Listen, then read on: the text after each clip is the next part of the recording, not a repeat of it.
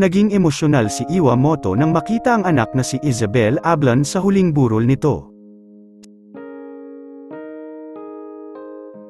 Sa mga hindi po nakakaalam, bago maging magulang ni Isabel Ablan si Jana Dominguez ay unang tinuring na mami nito ay si Iwamoto.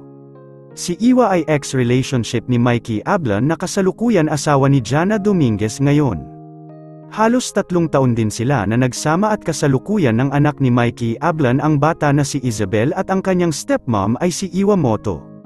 Kaya't ganun na lang ang lungkot ni Iwa na pumanaw na ang kanyang anak na si Isabel.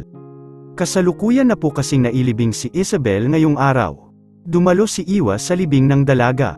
Ang sanhi ng pamamaalam ni Isabel ay sakit sa puso. Hindi alam ni Iwa na may sakit sa puso ang dalaga dahil simula na maghiwalay sila ni Mikey ay limitado na lang ang nalalaman niya sa dalaga. Makikita sa mga larawan na emosyonal si Iwa habang yakap-yakap si Jana Dominguez. Pigil sa mukha ni Iwa na kakagaling lang nitong umiyak. Ngayon ay nailibing na ang dalaga na dinaluhan ng malalapit sa pamilya ni Jana at ni Mikey, piling mga kaibigan ang dumalo.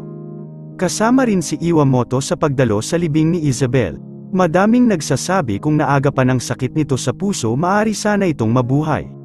Ngunit inilihim ng dalaga na meron siyang nararamdaman kaya't lumalala ang kanyang sakit na sanhi ng pamamaalam ng dalaga.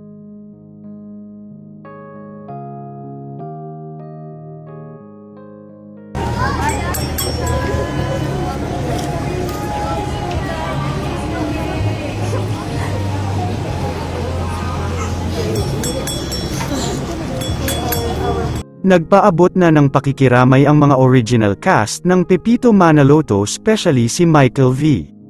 Taos puso po kaming nakikiramay sa pangyayari na ito.